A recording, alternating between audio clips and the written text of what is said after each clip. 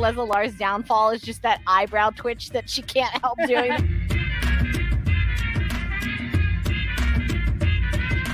Could you imagine if Hope was like, let's add that to the PowerPoint?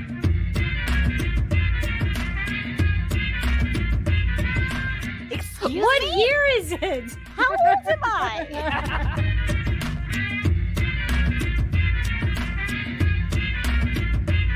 This is how the podcast breaks up.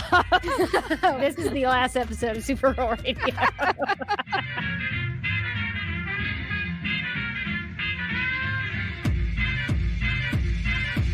You want a Kryptonian? You've got one. Is it a movie about saving Argo? The answer to that one is no. It's called Witch for a Summer! ! Where does she want to go? Ask her. Talk to her. Really commune with flat Supergirl. Did we set the bar too high or too low? I think we set the bar real medium. You're an intensely adequate podcast. Thank you. Good.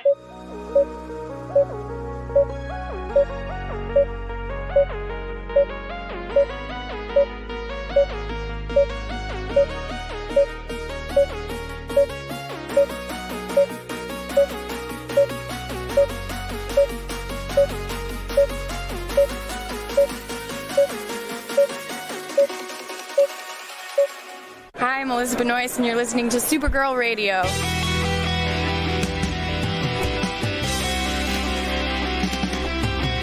McGurk! I love Not typing. mess with my Google Docs, Meeksy. Supergirl Radio is going live every night of the week. How do you like it? Is becoming a human burrito a plus or a minus? I don't know. It does seem snug. I mean, they say you are what you eat. Kira. I love that. So I do a podcast called Supergirl Radio, and one of our segments is Lena Luthor, Boardroom or Ballroom, because of her outfit. She looks like a boss in this coat.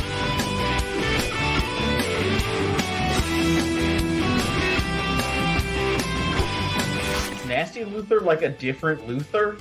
It's not just Lena being mean? No. Helen Slater here. So fun to know that you're hosting a podcast called Supergirl Radio.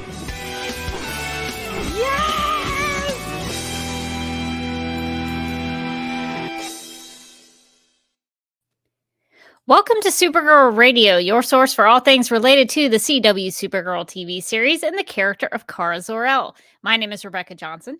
I'm Morgan Glennon. And for this episode of the podcast, we are live and wired on the Supergirl Radio Facebook page and the DC TV Podcast YouTube channel to go back in time. Since Morgan didn't review Supergirl episodes as a full-time co-host of Supergirl Radio until the episode World's Finest, which was the crossover episode with The Flash, which actually aired in March of 2016, if you can think back that far. Throw it back. Throwing it back to 2016. So since Morgan was not a full-time co-host of Supergirl Radio until then, we are going to revisit the first season of those episodes until we get to World's Finest to get Morgan's thoughts. So we are going to start this series by going back to the beginning. We're going to start with the pilot. So we're going to get Morgan's thoughts on the pilot. But before we do that, we need to get to the news.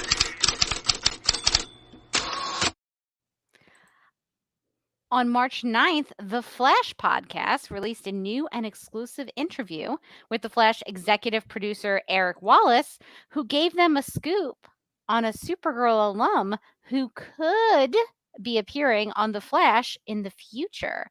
We have a clip from the interview to see and hear the tease for that appearance.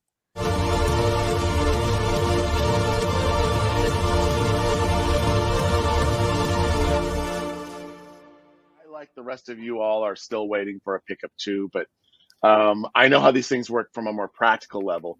If we are lucky enough to get that pickup, then very quickly I'm going to be asked, hey, so what's the story next year? I can't wait. I can't wait that long. I need to have a plan in place now. So that's kind of been my job over the last couple of months or so. But yeah, I would like to have, the people who were on the show before in Armageddon, but there's also some new folks. I won't spoil it, but one of the people I'm actually having a conversation with I believe in 2 weeks, a Supergirl alum. I'll give you that much. Who has never been on our show before. And I'm going to try and get that individual. Notice I did not use any pronouns. I'm going to try and get that individual onto our show in some way because I love the character so much. But, one step at a time. One step at a time. It's amazing that you can see what Andy's thinking in that clip.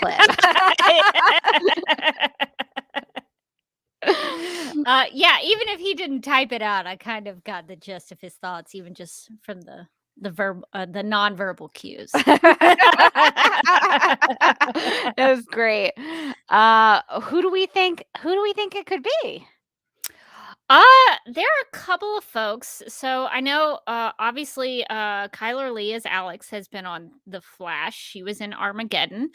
Mon-El has been on The Flash. Martian True. Manhunter has been on The Flash. I could not think about James and Wynn specifically because I couldn't remember if they were on like crossovers, but not technically on The Flash. But we could be talking about Dreamer. We could be talking Brainy. We could be talking Andrea Rojas. I don't know if they would bring William Day back from the dead. I don't know. I mean, they could if they wanted to, I guess. What if it was like it's a Supergirl cast member and everybody's like, yeah, and then they're like, it's William Day, and everybody's like, oh, okay, I guess. Well, technically, Eric Wallace just says Supergirl alum. That doesn't necessarily mean Supergirl regular cast members. So we could be talking Maxwell Lord. Who knows? It could be anyone. What if they bring back Lucy Lane? They've already got her over on Superman and Lois. What if she just like starts visiting every TV show? She could be the Diggle from Supergirl. Yes, she could be our Diggle. And like she goes to every show and she's like, remember the first season of Supergirl? And they like just go, shh, we don't speak of it. They would just go, what's Supergirl? We don't know. We don't speak of her ever again. I feel like it's probably Nia or Brainy. That is my guess. I would guess Brainy if I had to, but I would love, like, can we get more Eliza Danvers? I know that's probably not going to happen, but why not? If it's a Supergirl alum, they could bring her back. Why not? But my guess is probably Brainy, because there's some Nicole Maines news that I think might prevent that we're going to be talking about. That's true. I was just thinking about that too. I was like, oh, I don't know. Didn't she just get cast in something? But so we'll talk about that in a second. But I think there's there's some speculation on who that might be. And Hagelblast in the chat reminds me that Wynn was in the musical episode in Duet. So that was technically on The Flash. So Wynn is out. So good reminder. And Tiana also pointed that out. I had thought about that earlier. And just when we got on the live stream, it just went out of my brain. So I knew it, just not when we were talking about it. Are we sure it's not going to be Snapper Carr? Like, are we sure he's not just going to like snap into existence and be like, yo, it's me? It could be Mixie. Oh, wait, it could be. Has he been in any crossovers? No, I don't think so. Now that would be really cool to see Mixie mixing it up with the Flash. I would be into that. How would the Flash handle like maybe we're looking too much at like the main cast. Maybe we should be looking at the villains. Yeah, I think maybe Nixley can finally get her moment. She gets out of the Phantom Zone and she's like, finally, I get to be great. And then they throw her back in or something. But that's true. Oh no, what if it's Lex? I can't. I can't. My brain froze. I couldn't do it. Actually, that would probably be pretty fun. I can't lie. Like John Cryer is great. Ducky Lex Luthor is pretty tops, but of all the Supergirl people, that would be like almost worse than like William's back from the dead and he's just baking in a corner of the Flash. It's who everyone wants from Supergirl. You're like, Supergirl, Alex, Dreamer, Lex. Because we didn't have enough of him in the show. You're like, Well, I think that's a good thing to think about. That it doesn't necessarily have to be like the main cast members. It could be a villain from the show. It could be a supporting character who doesn't get a lot of time to shine. So who knows? I guess we'll wait and see who gets cast on The Flash. Yeah, and if you want to watch that full interview with Eric Wallace, you can go to the Flash podcast. You can watch the video version on youtube.com/DCTV podcasts, or you can listen to the audio version wherever you listen to podcasts on the Flash podcast. So Definitely. pretty cool interview. Got a little tidbit for us, a little something for Supergirl Radio. Thanks, Andy. Definitely go check that out over there. You can go to theflashpodcast.com or wherever you listen to podcasts. And speaking of The Flash, we have some movie news to get to that also has to do with Supergirl. Lots of Flash and Supergirl news for this episode of Supergirl Radio. This news, though, is maybe not so great. Speaking of more Supergirl connections to The Flash, we have news about the big screen portrayals. On March 9th, Deadline.com reported that the release date for the Flash movie, which will feature Sasha Calle as Supergirl, has been moved from November 4th to June 23rd, 2023. So this is pushing it back another year. I was going to say, that's kind of a long time. That's quite a long time. From what Deadline has heard, a number of these movies, these DC films, which are visual effects heavy, because they push their whole lineup back. So a number of these DC films, which are visual effects heavy, are being pushed due to the what's referred to in the article as a log jam. Many post-production effects houses are facing as productions are ramped up during COVID. And as Deadline understands, The Flash alone has 2,500 VFX shots. Whoa. And if you are also hoping to catch Crypto and hopefully Streaky, I'm crossing my fingers for Streaky, the super cat, that we have no confirmation of Streaky appearing in the film as of yet, as far as I know. But if you're hoping to catch some super pets on the big screen as well, DC League of Super Pets has also been moved from May 20th to July 29th.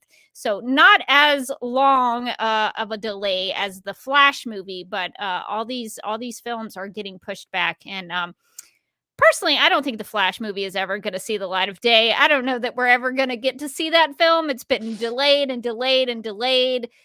I'm not going to believe that it's actually going to be in the theaters until I'm like eating popcorn in my seat. And even then I'm going to be like, what if it doesn't come on? What if you're eating popcorn in your seat and they're like, we're sorry to tell you that we've heard just now this movie has been delayed. It turns out that there's more FX that needs to be done. It's what if by the time we get the Flash, it's like a full, like that little girl from The Ring situation, and the Flash actually comes out of the movie screen. The Flash like hands you your popcorn as you walk in. The year 2055. I just don't have a lot of hopes on seeing the Flash movie ever. How many times has this thing gotten delayed? I don't know. I mean, Justice League came out in 2017. So a long time. That was his last appearance on the big screen. So it's not going to come out until 5 years later. I was looking forward to seeing big screen Supergirl, and I was like, oh, we don't have to wait that long. And you know what? I'm sorry, because I jinxed it, and I accept responsibility. This is all Morgan's fault. It's all my fault. I'm sorry.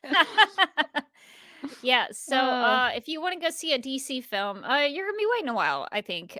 So hopefully they'll make it worth the wait in the end. But I can't believe they moved the Super Pets. They moved the Super Pets too. Not as long though. I think we're still getting Super Pets this year. But if you're wanting to see the Flash and Supergirl together, you got to wait a whole other year for that one. I was planning to go see that Super Pets movie like as soon as it came out. I had big plans. I was like, I gotta watch it for the podcast. Yeah, we're gonna cover it. July. Gonna have to move our plans around. Excuse me, people. We've been planning. Why can't you plan? Yeah, we've been keeping it together. As much as we've had to shift things around, we still keep on track. I know. This pilot rewind only got pushed 1 week. Yeah, I Not mean, 5 years, WB. Oh, jeez. Well, we'll see it one day. will we? Will we? Maybe not. The technology is going to be so good by the time we see it, though. You're going to feel like you're in it. Okay, another piece of news is according to Deadline.com, Nicole Maines has signed on for roles in 20th Century Studios film Darby Harper Wants You to Know. Yes, that's it. Oh my God, it's like I can't speak today. It's like I'm sounding them every word out phonetically. Okay, she's been cast in Darby Harper Wants You to Know for Hulu, which is currently in production in South Africa. The film from director Silas Howard follows Darby Harper, played by Riel Downs, who, after suffering a near-death experience as a child, is granted the ability to see ghosts. To combat the existential boredom of high school, she runs a side business counseling local spirits in her spare time. When an unexpected occurrence happens between Darby and Capri, the most popular girl at her high school, Darby reluctantly agrees to help her and in the process learns how to fit in with the living world again. My guess is Nicole is maybe going to be one of the ghosts. Do you think? Ooh, maybe. It doesn't Yeah. say who she's been cast as, but there is No. already a Darby Harper. So maybe she's Capri, the most popular girl at school. Oh, maybe. Or she's a ghost. I think ghost would be more fun, to be Yeah. honestly, if I was choosing. Yeah, I would like to see Nicole Maines play a ghost in that series of ghostly figures in that film. So that sounds great. Good for Nicole getting more projects after the ending of Supergirl, and that's kind of why I think maybe if she's out in what was it, South Africa? Yeah, South Africa is where they're productions in South Africa, and I don't know, could she come back from South Africa to be on the Flash? I mean, I guess it's possible, but that's kind of what makes me think that maybe Nicole and Dreamer are not going to be the ones going to be on the Flash. That seems like it might be a little bit of a tough commute. Yeah. But I don't know, they could still make it work, I guess. So that's true. Depends on when like production cycles are, but that's it. The movie sounds like it could be pretty fun. So, something else for Supergirl Radio to watch in the future. Maybe if that comes out before the Flash. maybe that could be a Halloween. Well, no, I guess we won't be able to see that in time for this year's Halloween, but it could be a spooky season maybe. A future spooky season with ghosts. So yeah, that's great. Well, we'll have to see when that comes out and maybe watch it and give it a review on the podcast. All right. Well, speaking of Supergirl actors, after the show has gone off the air, we got a little news about Jeremy Jordan's post Supergirl life. On March 6th, Jeremy Jordan, who played Windshot on the CW Supergirl TV series, announced that he is now the lead singer of a band called Age of Madness, and that their music will be coming in the spring of 2022. So have you seen their little announcement video, Morgan? I have not. This was actually news to me as well when I read the doc. I was like, he's doing what now? I skimmed it right before you read it, and I was like, is he in that Doctor Strange movie? Which is not called Age of Madness. It's called like whatever. It's called something. I don't know what it's called. I honestly don't. But I think it has madness in the title. And I was like, is he in Doctor Strange? And then I noticed it was a band. And I was like, okay, multiverse of something. Oh, yeah, that's probably multiverse of madness. So I got confused because the word madness was in there. And but yeah, I didn't. Do we know what kind of band it is? It sounds like alternative kind of a sound, like kind of a rock alternative, which is kind of surprising because he's a big Broadway guy, kind of a show tunes man. So for him to take on the lead singer responsibility of kind of like a grunge rock band was pretty cool. I mean, they sounded pretty good. The Age of Madness, though, I'm very interested in where that comes from. Nicole Green in the chat said, "My brain said Age of Innocence. Great film. Good book as well. Good book as well. He's in good company. He's a great singer, so I'm excited to see what it sounds like and if it's something that I would listen to. But I mean, we'll find out he said in the spring. Spring of 2022. So that should be So, like, coming up now. soon. Yeah, that's like I was now. like, Yeah. I was about to say, oh, in the spring, and then I was like, wait, it's kind of the spring now. We'll find out soon. It's becoming springier. So that should be coming soon. He's a great vocalist. So he's a good one to lead a band like that. And the musicians, from what I could tell from their little promo that they had, were pretty great as well. So I think that'll be a Nice. good listen. That seems like it would be a fun project to, especially if you're a good singer and you've done like a lot of Broadway stuff. It seems like a band makes a lot of sense. Yeah, he sounded like in the promo that he had wanted to make some new original music, but he really just didn't want to do it by himself. And so that's why he got a band together to do it. So and it's a lot more fun when you've got other people with you. So Oh yeah. I'm sure it'll be great. So if you're a Jeremy Jordan fan or you just want some new music, check out The Age of Madness.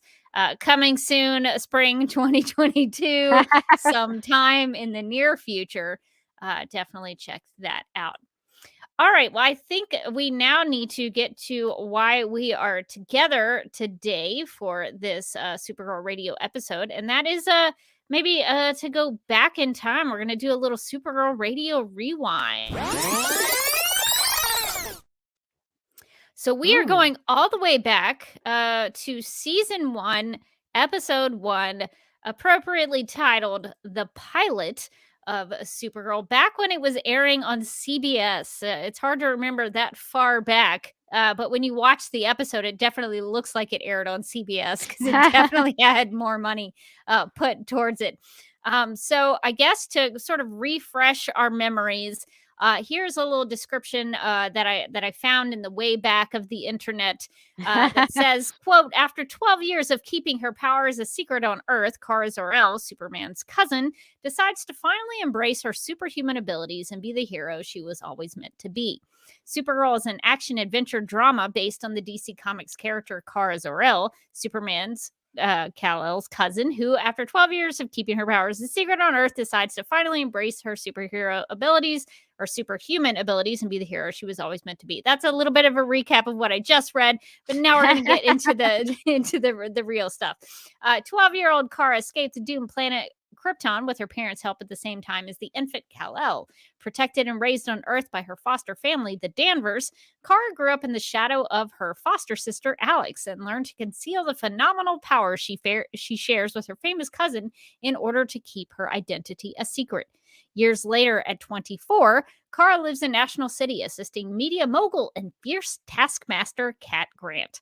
She works alongside her friend and IT technician, Win Shot, and famous photographer James Olsen, who Grant just hired away from the Daily Planet to serve as her new art director.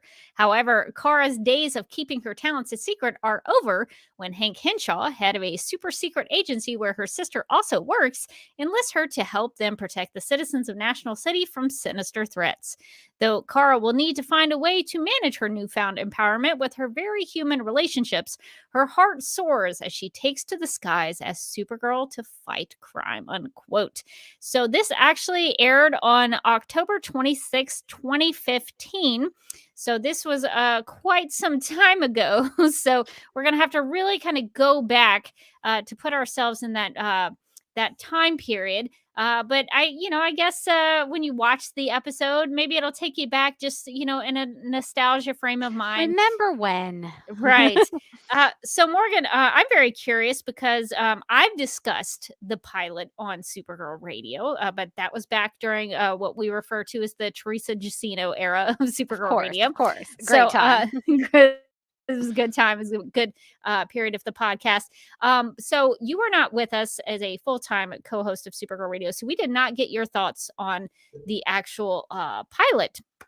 So I was curious if we could do a little bit of a pilot pod here for Supergirl. Sure, of course. And I guess the first thing that we should start with are the introductions of our main characters. So what stood out to you about the way everyone was introduced? I don't know if you want to go down the list or just kind of talk about who stuck out to you, but what did you think about the introduction of the characters? Yeah, I like the way that they introduced Kara. We meet her before she's Supergirl, before she's kind of like taken on that mantle, before she saves Alex in the plane, iconic Supergirl moment. And we just see her as a sort of just Kara Danvers. We get her backstory, and then like we're just kind of her in her modern day, which is getting coffee for Cat Grant and knowing when she's coming up the elevator, and and trying to just kind of live a normal life. And I thought that was it was really interesting. I remember when the trailer came out for the Supergirl TV show, and a lot of people were a little bit down on it because it was kind of like, what are they doing? Supergirl is like the Devil Wears Prada, and there is a little bit of that in like maybe the first 10 minutes or so of the pilot, where it's like, it's just me, a plucky girl in the city trying to get by. But I kind of like that aspect because it does differentiate how she is when she's Supergirl, and you know, her daily life is not super exciting. She doesn't have a lot of respect. She, you know, is not taken all that seriously by Cat Grant. Cat Grant can't even remember her name. She calls her a bunch of different things. I think including, is it Kira in this one, or is that a different one? I can't remember. Somebody fact check us in the live chat, but I think in the pilot she just calls her Kara, which is a sort of a play. I don't think I heard Kira when I was rewatching it. So someone might will have be to right. fact check us. But I thought if that is true, I think it's cool because it's the Kara versus Kara debate that a lot of people have, because some iterations of and adaptations of Supergirl call her Kara, some call her Kara. So I think it's cool that if that's the case, Kat saying Kara when it's actually Kara is very funny. Yeah, I think you're right, actually, because I think I remember thinking like, oh, she didn't call her Kira. But she still doesn't get it right. Like, Kara just doesn't have like a lot of respect. And her life seems like fine and enjoyable, but not all that exciting. And so I like that when we're introduced to, you know, the drama of, will she decide to, like, will she go and save her sister? What's going to happen with that? And then her embracing her powers and getting the costume and all of that. I thought that this is a really strong pilot, actually, and it's a great introduction to Kara and to Supergirl. And I really liked it. I liked the way that they introduced the character and the way they introduced a lot of the relationships. I think that the sister relationship is introduced really well in this pilot, including some of the conflicts that they've had along the way and some of the drama that. And I also love, obviously, the fact that she doesn't know that Alex. It doesn't seem like she knows that Alex is working at the DEO. No, she doesn't know until she's shot with kryptonite. It's a very Alias moment. I don't know if you ever watched Alias, but like, spoiler alert, in the first episode, Jennifer Garner's character finds out her dad has been like a spy this whole time, and he goes, you know, I don't sell airplane parts. I never sold airplane parts, and I like that we got that with Kara and Alex in this episode, where she finds out that her sister, who she thought she knew, has had this kind of double life where she's working for the DEO, and like she's kind of a special agent. And I think that that's a really cool introduction to Alex as well, and some of the conflicts of Alex feeling like she wasn't as special, that Kara got extra treatment, and Alex wondering if she got recruited to the DEO because of Kara, and then finding out from Hank that or Hank, air quotes, but that it was because of Kara that she got into the DEO, but it was because of her that she stayed in the DEO. And I was like, Space Dad. He's not Space Dad just quite just yet, but that's a good start to their relationship. So I'm curious. Actually, let's maybe take some stuff from the chat. Lindsay says, Kat said Kara, which I think is how Lindsay's pronouncing that. And Hagelblast says, this was the first show to use this pronunciation of Kara. Prior movie shows used the Kara pronunciation. That's correct. So Smallville used Kara. Justice League Unlimited used Kara. So Kara was what was used on TV for a long time. But of course, Supergirl, the movie, used Kara. And so that's what they pulled from for Supergirl. So I'm curious, Morgan, though, like when you were going, if you can remember back to when this first aired, what was your first impression of Melissa Benoist and the way she played Kara? Did you have any thoughts about when she first came on and how she embodied the character? Well, it's funny because I was thinking back to watching this pilot, and then I realized that I maybe watched this pilot a little earlier than other people. Do you remember? I do remember that it leaked. This whole pilot got leaked onto the internet, and I'm not saying I watched it. I'm not saying I found it somewhere. You wouldn't say that. But perhaps someone handed it to me. Perhaps it just appeared before me. So when I watched it on CBS, it had been like the second time I watched it. But I just remember how much I liked that pilot. And a lot of it was because of Melissa Benoist. I remember watching it and going like, well, she's perfect. And I didn't have a ton of background in Supergirl stories. I had like Smallville and like little things here and there, but I wasn't like a Supergirl expert. But I just remember seeing her on screen and just like the energy she brought to that role as Kara and as Supergirl. It was just so light and I don't know, like cheerful, but she had the ability to have like a lot of pathos and like a lot of like trauma from her past, and like you could really feel that. But that hope that is so integral to the character really shines through. I think Melissa Benoist, in my opinion, is like the Supergirl portrayal to me, and I think is going to be kind of the one to beat, and it's probably going to be the Supergirl I think of whenever I think of Supergirl. Not that the other Supergirls weren't great. Love them. Love them. But Melissa Benoist was just so good. She just kind of like, I can say a lot about the CW superhero shows, and not all of it would be good. But the one thing, the one thing I would say is that their casting department is good. Their casting department is real good because Grant Gustin is perfect, and Melissa Benoist is perfect, and they're just. She's just such a good Supergirl, and she is right out of the gate. Like in the first minute of the pilot, I was just like, "Oh yeah, that's Supergirl." Yeah, I was struck by watching it for the first time, and also in this rewatch. I rewatched it before we went live tonight again.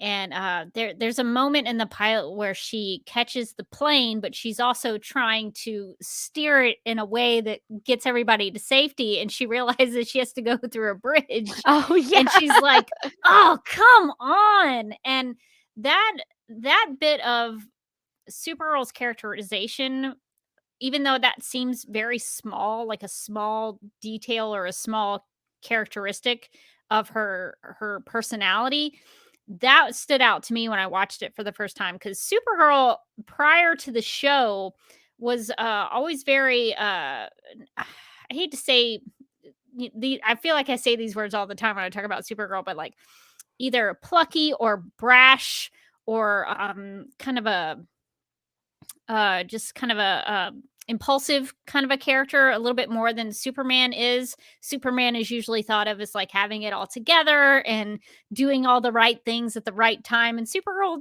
she kind of has to figure it out. And so that moment from the pilot always really stood out to me. And just rewatching it again, I was like, oh, I know we're not maybe, I don't know if in this rewind, if we want to put our our cumulative perspective on all the rest of the seasons onto these season 1 episodes. I guess we could look back. Yeah. We are rewinding it, but I missed that about Supergirl's personality later on in the seasons. I guess once she starts to grow, she doesn't have as much of that sort of brashness to her, but in those early episodes of the show in season 1, she definitely has that, and to me that's very Supergirl. Yeah, I know some of the early episodes are all about her like messing things up and figuring things out. And you can see that in this episode. Yeah, that moment in the with the bridge and the plane did really make me laugh. Like she thought she was like, "Okay, I've got it. Oh no, I have to go this way through the bridge." And it's a very like human relatable moment. Like she doesn't have it figured out right away like the first time she does it. And I think those moments and like the moment where she's excited and she's talking to Alex and she's like, I wasn't even sure if I could fly anymore, and like I did, and it felt so great. And even at the end of the pilot when she sort of like, goes into the air and she's really excited to be flying, it's like those little moments really make her so endearing, I think, to the audience that, if you could fly, you'd probably be psyched about it too. And so is she. And I think that, that makes her a little bit different than some of the other characters. Just the joy she takes in this pilot of, rediscovering her powers that she's kind of ignored for so long. So we talked about Supergirl, and Supergirl's great. She's in a lot of the pilot. She really carries. I think Melissa really carries the pilot, and she's a pretty pitch perfect. I would say. And we talked about Alex. So Morgan, I am curious about what your thoughts are on Cat Grant in the pilot. I love Cat Grant. She is so much. She's somebody who you love on television, but would probably not want to hang out with too much in real life. She'd just be exhausting. You'd be like, we've known each other for 5 years. My name is not Megan. And I'm not getting you a no foam latte. But yeah, I like how they establish her right away. She's this very like Miranda Priestley Devil Wears Prada character. She's got her own elevator just because she doesn't like other people's perfumes and colognes. Just barking orders at people, and I love her. I think this pilot establishes her really well.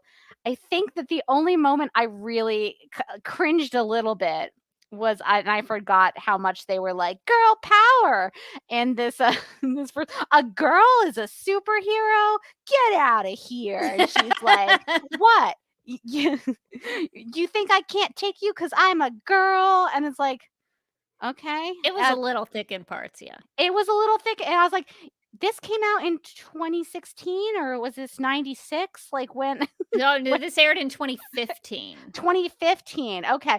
Well, it was a different time, I guess.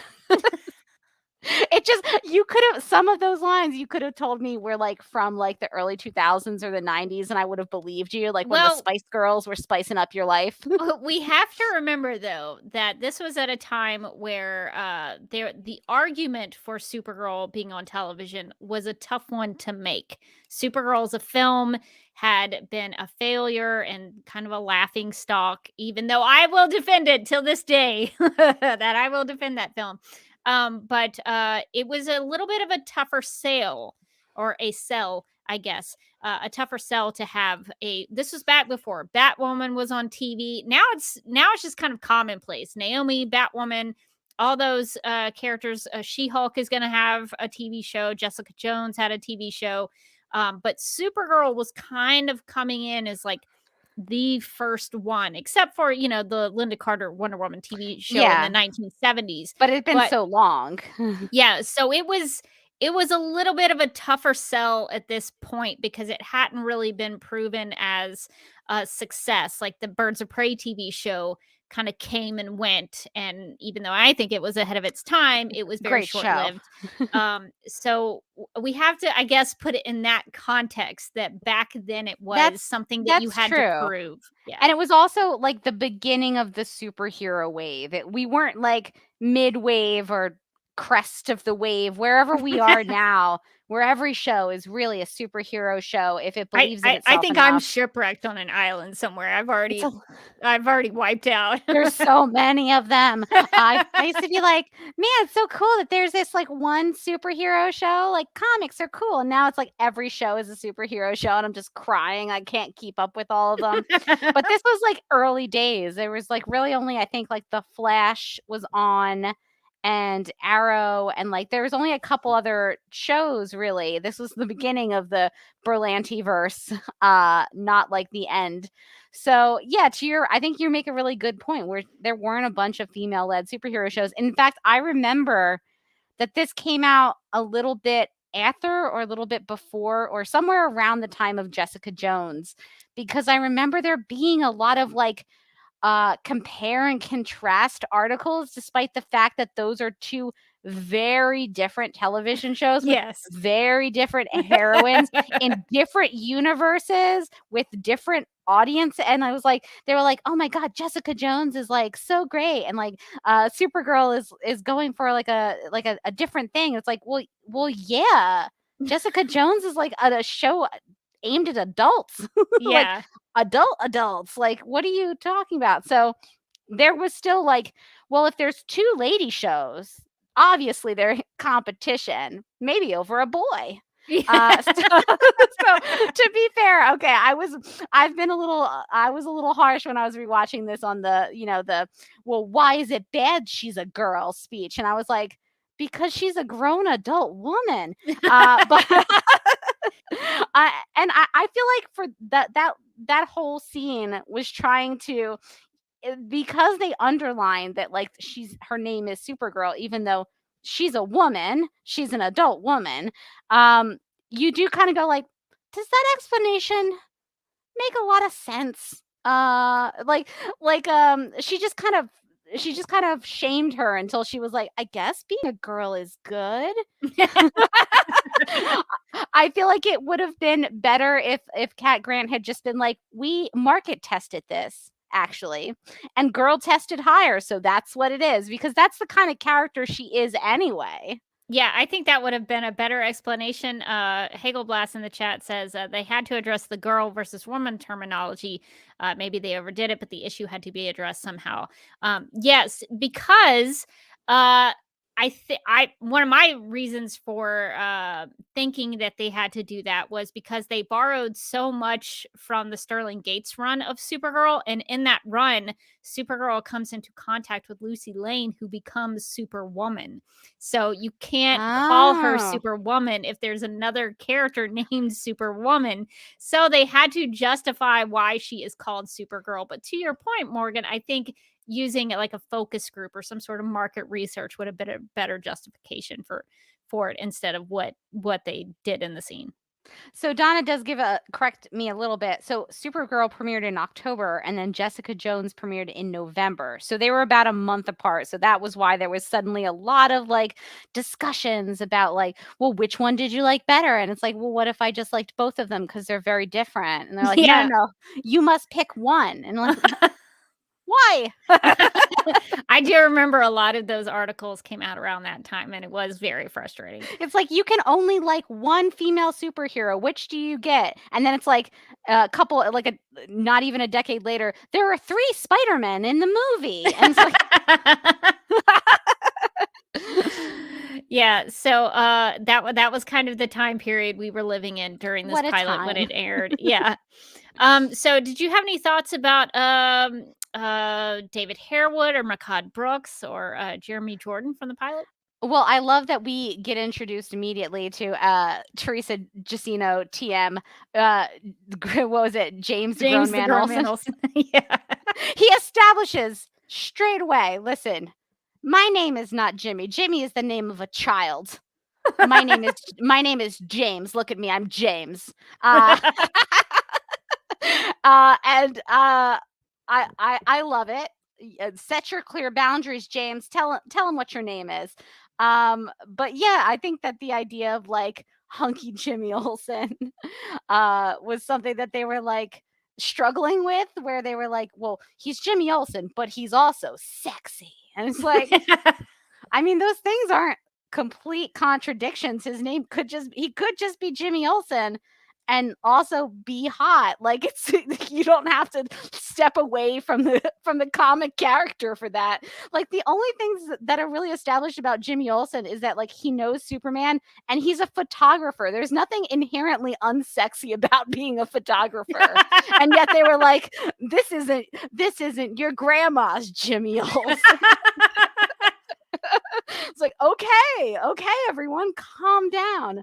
I did like that. Like immediately, Kara is like, "Hello."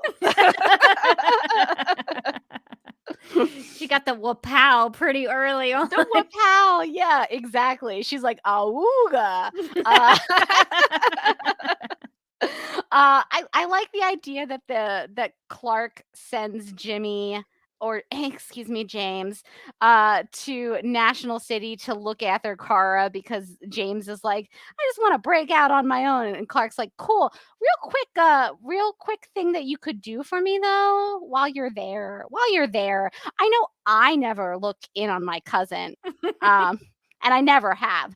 Could you though? I'm starting to I've gone to a little bit of therapy, Lois and I'm starting to feel bad about abandoning a 12-year-old. So you'll just take care of that for me, bro, right? That's what bros are for. And James is like, I guess. So I like the backstory of James being there to kind of look out for her and sort of break out on his own, break out of Superman's shadow and then directly into Supergirl's. That was that was fun. I thought Win was really fun in this episode because this is like really before there's a period in season 1 where they really amp up the love triangle aspect of like not even the love triangle, like the unrequited crush that he has on her, to a point where it's like, we've got to let this go. And this is like, he's got a little bit of a crush on her. It seems to be at like kind of a normal level. And that scene on the rooftop where he's like, oh, you're gay. And she's like, oh, and then jumps back off the roof. That was like one of my favorite scenes from the pilot, because to me it established like really early on, like, this is not going to be like a Smallville situation where it's like season 7 and one person has learned the secret. Well, it sort of still it did eventually get there, just with a different character, just with poor Lena, the only person never allowed to know the secret. Lena's like, guys, I'm over here and I could help, I'm really rich, I think maybe that could help. And they're a like, little no. morally questionable though. She's like, I'm really rich and I will kill for you.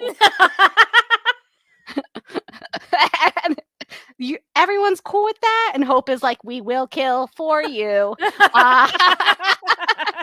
Yeah, there were some of those aspects, and I remember we've talked about it a lot, how much that kind of back and forth annoyed us, because I think it triggered our memories of Smallville. But yeah, I liked like right off the bat that they established like she's gonna have friends who are gonna know who she is, and it's not gonna be a whole situation where like nobody in this cast knows that she's Supergirl. In fact, by the end of the pilot, like most of the people who were in the main cast knew, and I thought that was kind of refreshing. It wasn't going to be except for Kat. But there wasn't going to be a scenario where like every episode it was like somebody like came up to her and like, I'm really disappointed that you didn't show up. What's your secret, Kara? You know, like it wasn't going to be that every single episode, which I couldn't take again. My heart couldn't do it. Although they have to address that pretty early on in the season. We will get to that in Supergirl Radio Rewind.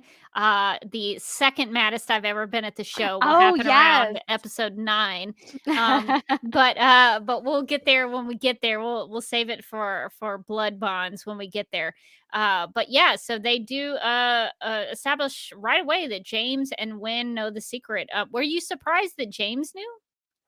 I was surprised that James knew. I thought I was a little bit thrown off by that. Like, oh, okay, he already knows. Like, he knew coming in. Like, Clark was like, that's my cousin. Her name's Kara. If you could just like pop in on her, she's also super. So he knew even before she was like, pretty early in the super run. So yeah, I thought that was an interesting way to introduce him, and we see as like the season goes along, the super friends, them taking up that like empty office in the building and stuff like that. I like we start to get that set up in this pilot like right away. So like Wynn finds out who she is because she tells him, and then James already knew, so she doesn't have to worry about that. And I also love that Wynn like right away is like, okay, well you need a superhero costume, and they do that fun montage of like some of her more questionable costumes in the was it the comics or the animated, the one where like her whole midriff is out? Yeah, so those are costume acknowledgments, I guess, little homages to some of Supergirl's comic book iterations. So there are some where her midriff is showing. They had the headband in one a part of that montage, so that's kind of an homage to the headband version of Supergirl in the 1980s with Crisis, that whole era. In the pre-production of Supergirl, the movie, she had a headband. So there were things that they were at least kind of acknowledging in terms of the character that, these things could have been her costume because they are in the comics. But they do get to what's more recognizable out of Supergirl's costume by the end of it. Yeah. And I thought that they had fun with it too. She learns that there's maybe a reason that at first he's like, no capes, and then she realizes there might be a reason to have a cape, some aerodynamic reasons to have a cape. This is before she learned about the cape tricks. Oh yeah, this is very long before cape tricks. Yeah. But yeah, no, I thought I liked that whole bit in the pilot where she's kind of coming into her own as Supergirl and figuring out what the Supergirl costume is going to look like by trial and error, and I think at some point she goes to stop like a bank robbery, and he's like, are you bulletproof? And she's like, hope so. And that's kind of the I like that they established that tone for the character, that she's just gonna try it out and hope for the best, and she's brave, and that she's I guess I would say hopeful again. But yeah, I really like the way that they played that up. I see in the comments, Hagelbloss says, I think they deliberately wanted to avoid the Smallville thing of nobody knowing her identity. Instead, we got a costume montage reminiscent of the Lois and Clark pilot. So I do think that there are a lot of nice Easter eggs in this pilot and a lot of callbacks if you had watched other super things that you could like pick up on. And Dean Cain was also in the pilot, so that's right. That's very fitting to have a Lois and Clark-esque montage with him appearing as Jeremiah Danvers. Non-speaking part, though. Jeremiah Danvers standing there. Silent but regal, I guess. Before they lost him in the woods somewhere. But before they determined he was not necessary, even though he was actually an interesting character who could have had some really interesting plots, but they decided they did not want him anymore.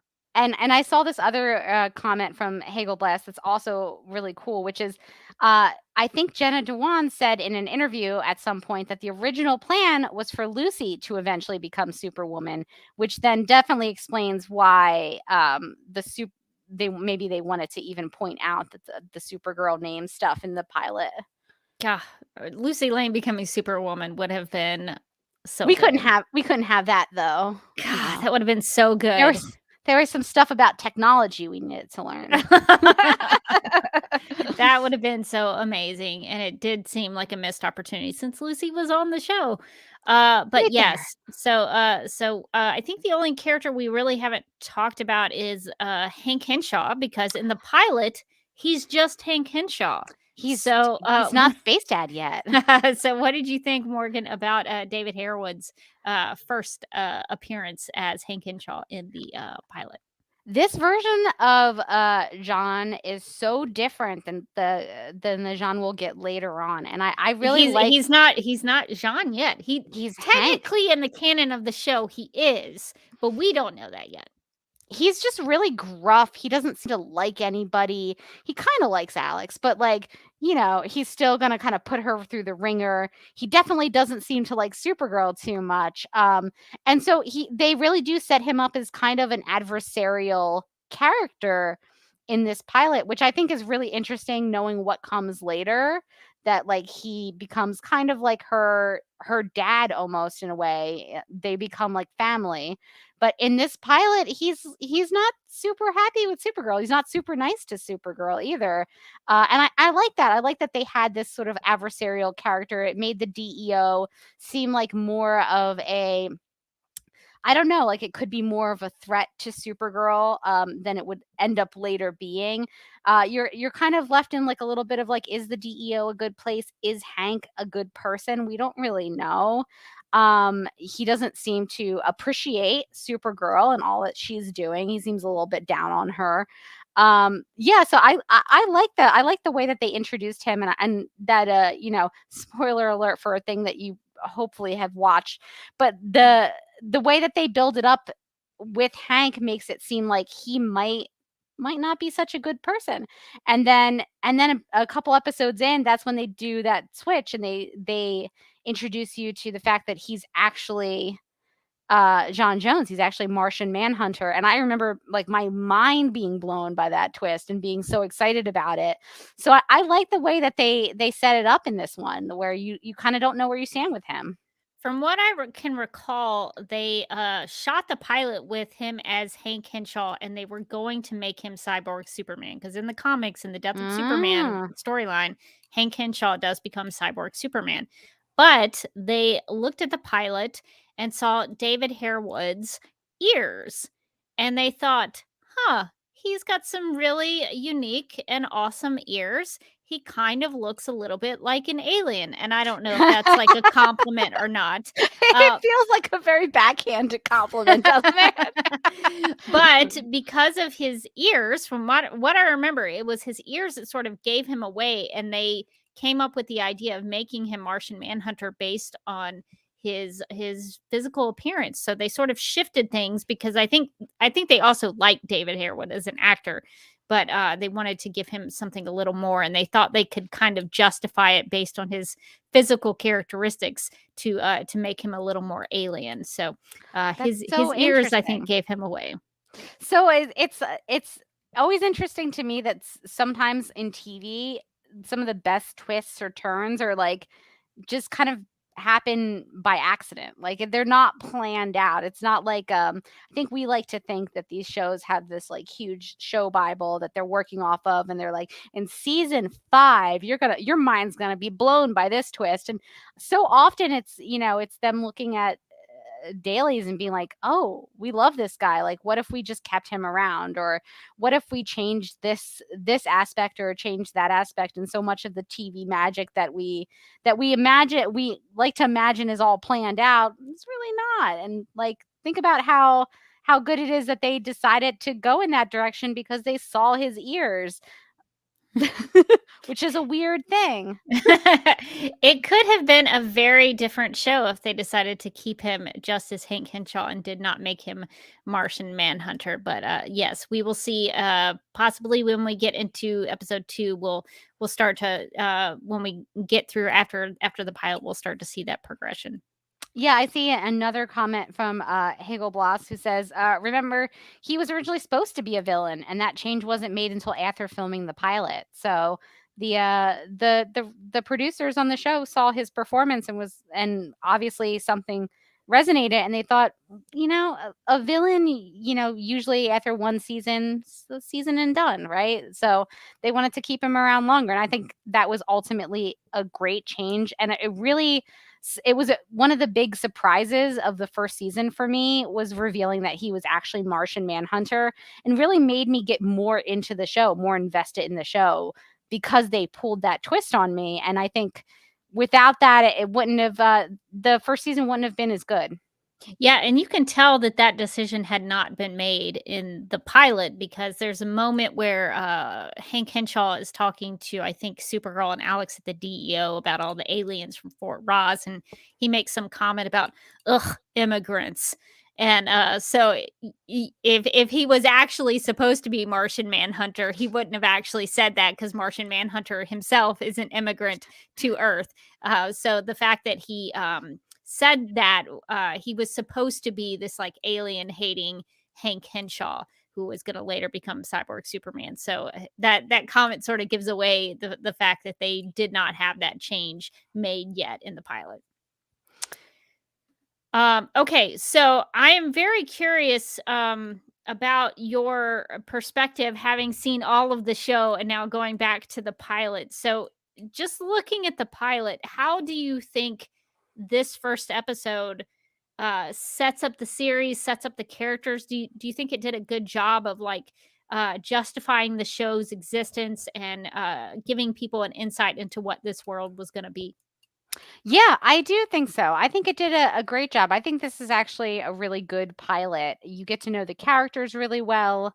It sets up the world. It sets up, some of the struggles and some of the challenges that the characters are facing. I think it establishes the relationships in a really quick way that feels organic, that isn't clunky. And so often you'll watch a pilot and, the one character will turn to the other and be like, hello, good day, brother. You and I have known each other our whole lives because you are my brother. And you're like, yeah, I mean, obviously, why would you say that out of nowhere? Or, you'll have two characters talking and it'll be like, remember 10 years ago when we did this thing? What a time. Like, I don't think people talk that way. To be fair, there's a lot of voiceover narration that fills in those gaps. That is true. I think that the narration, the beginning narration, does a lot of heavy lifting where some of that clunky, like, character to character exposition would have been, where instead of getting Kara talking to Alex and being like, well, you remember, how many years ago when I just showed up in my pod, silly me, and Alex would have been like, we were so mad, or like whatever it was. But I do think that it sets up the sister relationship really well, and as a really important part of the show. And I think that is really what a big part of what this show brought to the Supergirl mythology. And they start out really strong in the pilot, where you meet the sisters, and even in the pilot itself you're getting into some of their conflicts and the way that they stand by each other, but they don't always get along, and they get into some arguments. And then Alex shows her mother's like crystal thing where she talks to her, and they hold hands, and Alex supports her and stands by her even though they were just getting in like a fight. So I think it really establishes that sister dynamic is really central to what this version of Supergirl is going to look like. And I think that if nothing else, that is something that the pilot did a really great job at, because it immediately got me invested in these two sisters and what their stories were going to be going forward. Yeah, I thought the pilot really did a good job of setting up the universe, showing you who the characters were going to be, making Kara the central character in the story, and showing us what all of their relationships were to each other, and establishing what the plot of the season, the season long arc was going to be. We knew it had something to do with Kara's aunt, and that there were these other aliens from Fort Ross, and it was like, oh well, that's how they're going to have bad guys for Supergirl to fight, is that these aliens from Fort Ross are going to be there. So I guess, Morgan, I don't know if you want to revisit this as well, but this is the pre-Amadeus. This is a pre-Amadeus, pre-crisis world that we found ourselves in this pilot. It did make my head hurt a little bit, because the show would later decide that in this episode, it was like, oh well, we can't tell about this because no one can know that aliens are real.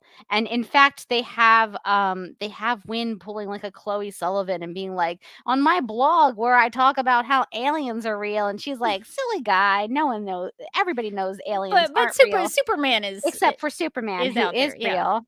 And Yeah, I don't know and him. an I'm not alien. related to him. Yeah. Yeah. But yeah, there's definitely a vibe of like, no one thinks that like aliens are just walking among us. They don't have their own dedicated bar downtown, and like and like the Fort Ross aliens have kind of caught on to Kara's pod and came to Earth, and it's a big problem because aliens aren't a thing really, and these are bad aliens. And so later on the show will just be like, aliens were here among us this whole time. Look at Amadeus at the Vanity Fair white party. Look at Amadeus dating Winona Ryder in the 90s. It's like, excuse me. It's so funny to go back to season 1, where that was never the intention, that there was like, that everybody knew that aliens were among us, and they were just kind of hanging out. Like, there was definitely no knowledge of aliens, or if any knowledge of aliens, it was kind of like fringe and people didn't really believe in it. Like, maybe, like, obviously the DEO knew that they were aliens, and Wynn maybe suspected because he was on a lot of Reddit threads or whatever, but nobody else. It was like later on, they're like, here's Amadeus. He's with the movers and shakers, him and Brad Pitt. And like, you're like, what happened in the pilot? Nobody knew anything about aliens, and now you're telling me that this guy was like the alien to the stars. I'll never let it go. Daryl also reminds us that Nia's hometown was full of aliens as well. So Parthas was kind of all Nautorian folks there. Yes, yeah. So yeah, that the show strayed from the pilot setup, and I think they could have still, if they had not gone the route that all of these aliens existed forever and ever, they still could have done the Fort Ross alien thing, and I think they could have still stretched that out for a while. So I really liked the aliens coming from Fort Ross, because that made a whole lot of sense to me, and I think that they could have made that a series long thing. Yeah, I like the aliens at Fort Ross. I'm not saying anything about any of the other aliens that we've encountered. Obviously, I loved Nia and her story and everything like that. But I do feel like eventually the show where aliens are, I think it starts in season 2, where suddenly aliens are everywhere. Because I vaguely remember us all talking about like, wait a minute, last season, wasn't it kind of a big deal that aliens were popping up, and now they have their own bar? Yeah. We were like, weren't all the aliens from Fort Ross? Like, who are these people? And we got our lovable scamp, Brian. Oh, yes. But I do think it made Supergirl feel a little bit more unique when it was like her fighting the Fort Ross escapees, and not like her going to the alien bar afterwards for a drink with all of her alien friends. It's like, yeah, it did kind of differentiate her a little bit. And I liked the setup of the Fort Ross aliens too, because it tied into her mom and Alora, and then eventually her evil aunt, whose name was Astra.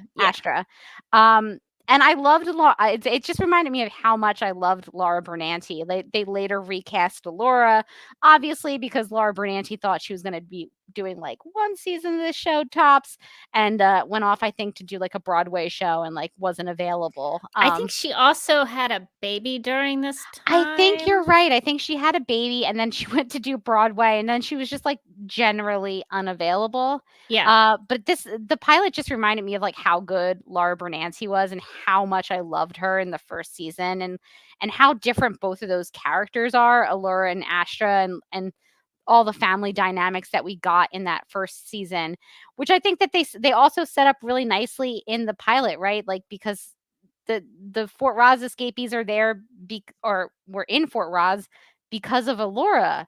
So you immediately have like a familial tie to this storyline of these evil aliens that have escaped and are causing trouble. And then it's, it's because of her mom that they're in there, and it's because of her aunt that some of them are working with. So I think it really tied it back to, again, I hate to say this, Supergirl, which would in the later seasons not always be the case, right? Like the villain often didn't tie back to Supergirl in any real way. But in the first season, they were it was its own villain setup, but it did tie into her story, and it made the show feel like it was a lot more about Supergirl. Yeah, I think by the end with the cliffhanger with Astra, I think it really gives a sense of where you're going with the villains and how that's going to cause a problem for Kara later on. And I think the pilot does a really good job of setting all of that up. I'm curious, were there any other things that when you were rewatching this pilot, were there things that stuck out to you as like surprising that you forgot about, or that you were like, well, hang on, that doesn't jive with the rest of the show? Was there anything in the pilot that surprised you when you went back to rewatch it? I think it was mostly just, besides the alien stuff, which did make me laugh, but I kind of remembered that was all like a muddled mess even before Crisis. But yeah, like some of the DEO stuff, just Alex's general timeline has never made any sense. Like where did Kara think that Alex worked? I think they always played up the idea that to the public, she portrayed herself as an FBI agent, which would make sense as to, I guess, why she would be going to Geneva and things like that. That makes more sense. Yeah, because that was a question I had where I don't know if maybe it was in the pilot and I just missed it, but I don't know that they said what like Kara thought Alex was doing. That comes later. I can't remember which episode it is, but there is a moment where she like flashes her ID badge and it like hides the DEO, and it like reveals it to be FBI. Like it sort of transforms into an FBI badge.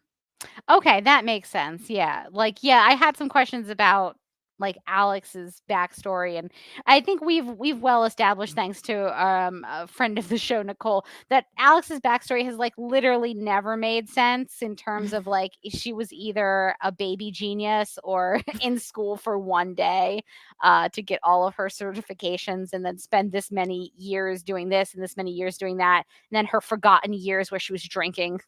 The party girl Alex. She was partying, but still getting like a PhD or whatever, a doctorate or whatever it was. So Alex's timeline has never made a lot of sense. But that was like the one question I had was what did Kara think that Alex was doing? So FBI would certainly explain somewhat of that backstory.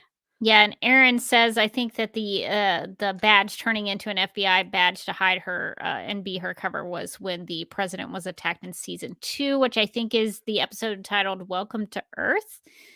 So that would be later on. And Lindsay says, Alex said she had a conference in Geneva in the pilot, which, yeah, doesn't really tell you much about. I mean, all kinds of people have conferences.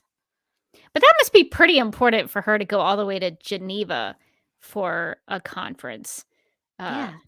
And I guess this would have been before Zoom meetings when you could have virtual conferences. Clearly, you had to pay for that airfare back then. Lindsay said Eliza thought she worked in a lab. So it does make me question, like, what was her cover story? I kind of wish that the pilot had at least had a line in there about what her cover story was. Well, she did work in a lab in the pilot. She had a lab coat on at the DEO. True. She was doing something with a vial, and some like blood work. So she was kind of doing that. That's true. Alex is sort of a jack of all trades. What do you need Alex to be doing? She's got it. Also from the chat, Emma says, I think the fake badge shows up during season 1 during a chat with Max. I think that's right too, but I can't remember the exact time or episode when that happens. There was something that really surprised me when I went back to rewatch it was so there's a big talk between Kara and Kat about the National City Tribune. So when we first see Kara, she's walking with coffee in hand with a copy of the Tribune, an edition of the Tribune under her shoulder. And she goes in to have a talk with Kat, and Kat is going to fire a whole bunch of people from the National City Tribune. And the whole reason that Kara is trying to get the whole Supergirl thing established, well, not the whole reason, but one of the reasons is because she wants to save the jobs of the people who work at the National City Tribune. So I'm curious, Morgan, what are your thoughts on that? Because I don't think they mentioned the fact that Catco is a magazine in the pilot. Did you get any sense of that? They might say something about how Catco is everything, like close your eyes and make a wish, and that's what Catco is. I think they're like, oh yeah, like Cat is the queen of all media, and it's like a media conglomerate. They weren't real specific though about what it was. Yeah, so that did make me go like, wait, well, why would that? They make a big deal about that was one of Cat's first acquisitions, right? Was the Tribune. The Tribune was her first acquisition. Yeah, and Kat makes a point that like, well, we can't be like the Daily Planet. We can't be like that Lois Lane because we don't have our own superhero here to sell papers, which if you think about it a little bit is kind of it's a very like predatory way of getting Supergirl to show off. It's just like, well, I don't want those people to lose their jobs. I guess I gotta like put a cape on while I do my do-gooding. I just thought it was really interesting because they don't really talk about the National City Tribune in that much of a substantial way. The rest of the show, it's usually in the rest of the series, it's about Catco magazine. They sometimes will talk about the newspaper, but the Tribune is like the focus, I think, in my opinion, in the pilot. So I was really kind of shocked by that. I was like, oh, wow, they're really talking about the Tribune like it matters in this pilot. Like that was supposed to be more of a focus for that. But they also had James doing layouts, which I don't know necessarily were newspaper layouts. So it's still confusing in the pilot about what Catco is. Yeah, what is James? He's the artistic director or something like that of yes, Catco, he's the art director of whatever Catco is, whatever it chooses to be that week. Yeah, no, I had some questions about the Tribune thing too, because I was like, did we ever hear about this? Do we ever hear about it again? I don't think so. Did those people lose their jobs? We don't know. I assume that when Supergirl comes around and they start making a little money, I can't remember if they say that Kat doesn't fire those people, but I kind of just assumed in rewatching the pilot that Supergirl maybe saved their jobs a little bit because the Tribune does stick around. Like we know the Tribune exists in the world of Supergirl after the pilot, but it's rarely mentioned. So I guess maybe we'll have to keep our eye on the Tribune as we progress through season 1 in our rewind to see if it gets mentioned again. The only other thing I wanted to mention that is such a small thing about the pilot, because this did air on CBS. It was backed by a lot of CBS money, which they had a lot of, and it definitely looks like a very budget rich pilot. I mean, the sequence with the plane and Otto Bender Bridge, I mean, you would not see something like that on the CW. It just wouldn't happen because they would have a smaller budget. But there's a moment with Kara and Alex in Kara's apartment that I thought was really interesting because I don't remember seeing much of this, if any, after that. But there's a little bit of a background where it looks like there's like a neon flashing light in the back. And it makes National City from Kara's window from her apartment seem like a real place. Like she's in a real apartment overlooking a real city. And that's such a small, minute detail. But I don't remember seeing much of that after the pilot or even once they go to the CW. But to me, that was a small detail that I thought somebody made a choice for that, and I think it did make a difference. It made the city come alive. Yeah, I agree. You could see the budget in this pilot, certainly compared to some of the later seasons when the budget was getting thinner and thinner and thinner, and they were having to do more with less. This pilot looks really good. It looks really good. Like everything about it looks good. Oh, Morgan, I'm not hearing you. Oh. Okay, there you are. Okay. I was saying that the pilot looks. Sorry, I thought you were gone. Say that again, just in case we. No, I was saying that the pilot looks really good. Like the effects look good, everything looks good. It's like it's a you could see that they had budget and they spent it back then. Yeah, so those were the things I think that stuck out to me in terms of the rewatch about the differences that maybe we saw later on. But I thought the pilot was pretty solid. Was there anything else before we kind of wrap up our discussion that you wanted to mention about the pilot and rewinding back to it? So I wanted to pull up this comment from Hegelblas, who's been leaving like a lot of really great tidbits in here. Who they say in the pilot, Kara's apartment was filmed on location, and you can see the real LA skyline out the window. After that, it's a studio set. So that's why that makes a That's why ton it of looks sense. so good. It looks like a real place because it is a real place. So that explains it. So I just like that attention to detail because I think that really does make a difference. So I have a nice, cool question from CM Gutierrez 74, who says, "Did knowing how the series ended affect how you experienced the pilot?"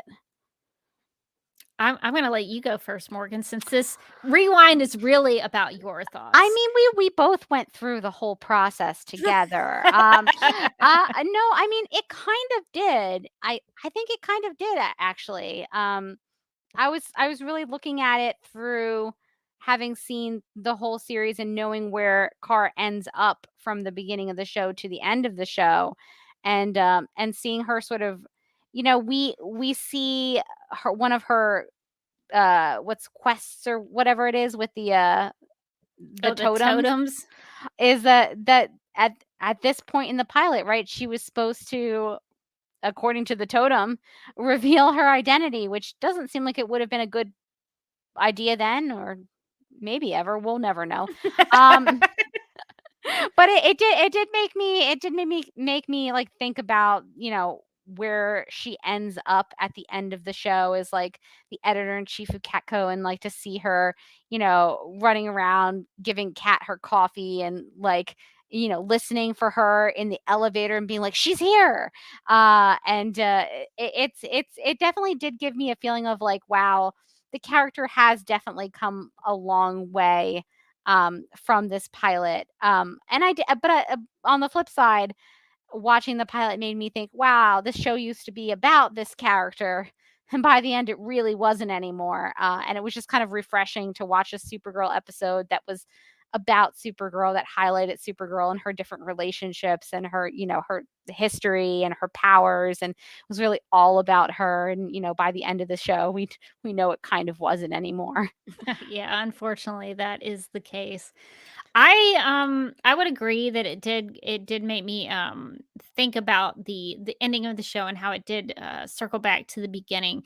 I think on the plus side, I think the way they ended Kara with her basically becoming the new cat at Catco paid off that scene where she's talking to Alex at the very beginning about how she's frustrated about her job and she's just fetching layouts and coffee and she wants to make a real difference. And that's Catco was how she thought she was going to make a difference. And I think that's paid off by the end of the show, by what she decides to do with her career and her secret identity. But I think it does, in some ways, when I was rewatching the pilot after having seen the ending, especially with the totem and the whole idea that like the courage totem was telling her that she should have revealed her identity that night when she first saved the plane. I think, if I'm honest with you, and I always try to be, it did ruin that moment, that sequence of the pilot for me a little bit, because that sequence when she saves the plane is like my favorite part of the whole pilot. It's the most exciting I think it's so well done because Kara is so determined. She's got to save her sister and she doesn't know if she can remember how to fly. And they do such a good job where she's running down that alley and she kind of lifts off the ground a little bit, but she doesn't get it. So she keeps running and then finally she takes off and she has to do all that stuff where she's gripping the plane and like she said, like her hands are digging into the metal or the steel of the plane. Oh yeah, it's so good. It's such a good sequence. And in my opinion, that's one of the all-time great like superhero TV show sequences is Kara saving the plane in the pilot of Supergirl. And to know that the show wanted me to believe that in the midst of that whole sequence, Kara then had to have a moment of, do I tell people who I am? It doesn't exactly on an emotional level for me as a viewer. I don't like it because I like the idea that Kara had to progressively figure all of that out as a hero instead of having to make that decision that night, the first night she does something super heroic. And also, I don't think it works in terms of the story because Kara, when she goes home, she's so excited about being this hero who did something amazing, and she's having to deal with the stuff with Alex, and Alex is kind of talking to her about, hey, this may not be a good idea. And the idea that Kara would have had to make that decision that night is something that I don't necessarily buy. So it does ruin it a little bit for me going back and rewatching it because it does take away from the excitement of the newness of all of that for Kara. So I hate to say that, but it honestly does. Yeah, no, I 100% agree. I think it undercuts that great moment in the pilot by knowing that the future of the show thinks that you should think that she should have done something different in that moment. Like in the future, in season 6 of the show, it's telling you that she should have been like, yes, it was me, Kara Danvers, who saved that plane. Like, what was she supposed to do? Like, write it in a marker on the plane? Kara was here? Like, with a Z, was, a UZ. yeah, of course. She's a cool youth. But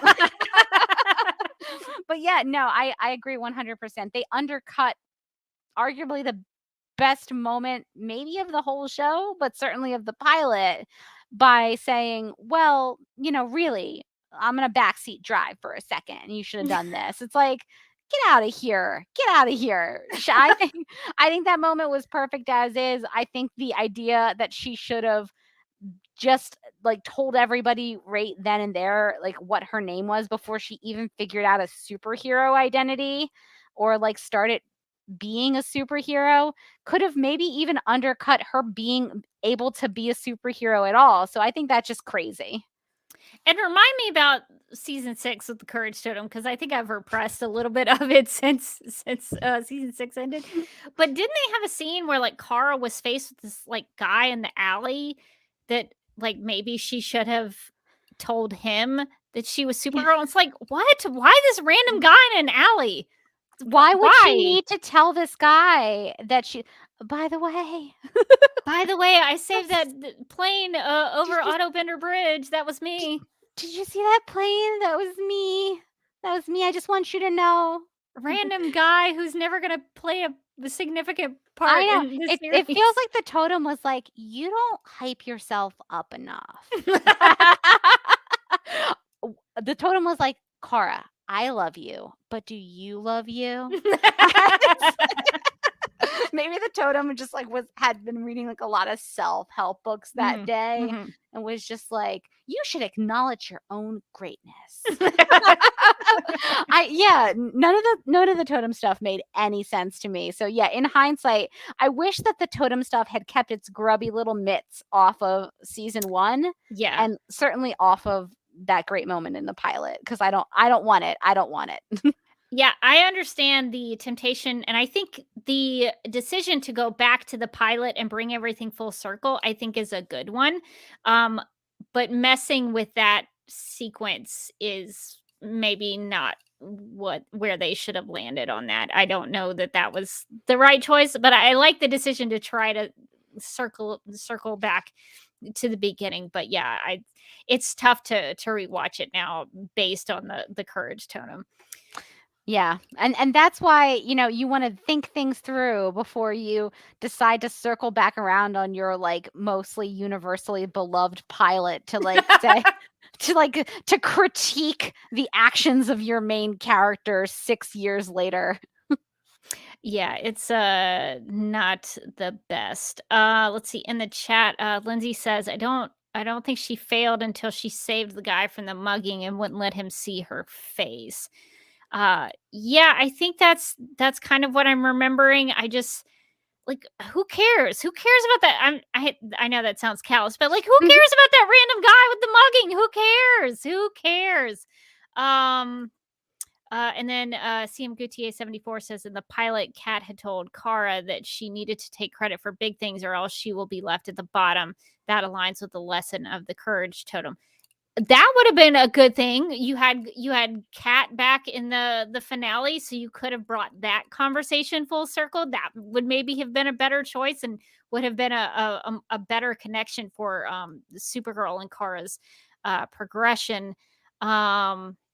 Yeah, I just it was weird watching it because I did think about that moment with the guy in the alley with the mugging while all of that was happening. Instead of just enjoying the fact that Kara was doing something heroic, it made me think about the stupid totems. So it was very disappointing.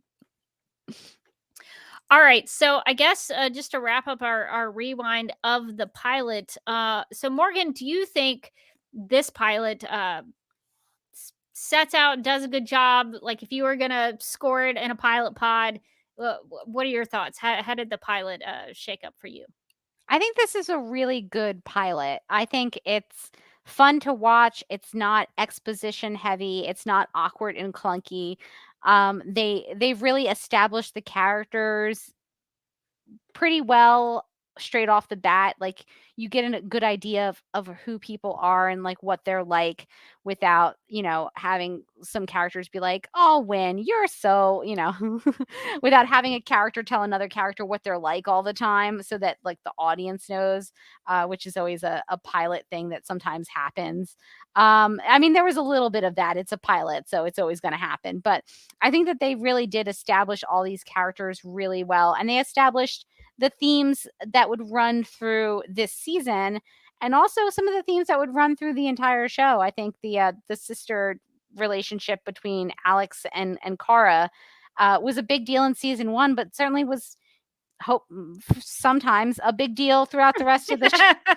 When it was good, it was a big deal throughout the rest of the show. And I think establishing those relationships that she has with her friends and those relationships that she has with her family, I think it did a really good job with that, and it did a good job with setting up, what was going to happen down the line in the season. And I think maybe most importantly, it set up Supergirl, and it also kind of set the tone of the show. Like, this is who Supergirl is. This is what she's like. This is what the show is going to be like for the most part. And I think, in terms of at least season 1, I think it's a pretty accurate depiction of what the show is. And honestly kind of is for a while. I think, Kara really does drive a lot of the heart of the show and the tone of the show. And so I think you get a really good feel for that in the pilot. Yeah, viewers know my thoughts on the viewers and listeners. I guess mostly more listeners, because back when we discussed the pilot back in the Teresa Giussino era, it was audio only, so it would just be listeners. But listeners would already know my thoughts on the pilot and what I felt about it. But rewatching it, I just think it's a really solid pilot. It's a really great pilot. It does do a good job of establishing the world and the characters and where they're going to go and the tone of it, like you mentioned. So the character of Supergirl, and I think it did a good job. It had to acknowledge Superman a little bit because that he's kind of the elephant in the red boots in the room. So they had to acknowledge her relationship with him, even though in the Superman and Lois pilot there's no mention of Supergirl whatsoever. But in the Supergirl pilot, they did need to make that connection to Superman just to help, I think, ease people into the Supergirl mythology. And I think that's a smart move, because then you can you can acknowledge him and then kind of do your own thing after that. And it's really interesting to me because when I was in Metropolis, Illinois for one of, I think maybe my first, I don't know if it was my first or second Superman celebration, but I was asking people about Supergirl and what they thought of Supergirl. And a lot of people said, oh, well, she's Superman's cousin. And that was kind of all they knew about her. So they had to acknowledge that because that's what most people think about when they think about Supergirl, is that she is his cousin. But what I like about the pilot is that it gets there and then it starts to move on and establish her as her own character. And I really appreciate that about the pilot. So good to revisit it and to remember what season 1 was like. And so as we progress into our rewind, we'll get to watch more of season 1 and see how it progresses, if we remember it correctly, or if there are things about it that we reconnect as we go through, or maybe things like at the end of the show might come back in season 1 and sort of jolt some things. Season 6 might jolt a few things about season 1, but we'll have to see when we get there. But thank you, Morgan, for going back in time with me and revisiting season 1. Always a good time with those episodes. So that will do it for this edition of Supergirl Radio Rewind. Rewind. Yes, technically a rewind. Okay, I think that might bring us to some listener feedback. It might just do that, yeah. So Daryl wrote in with some thoughts on the pilot, saying, it's established right from the start how bad Kara is at lying, and I never thought it was a necessary aspect to her character. There's simply no reason she should have stumbled on her answer to the question of where she was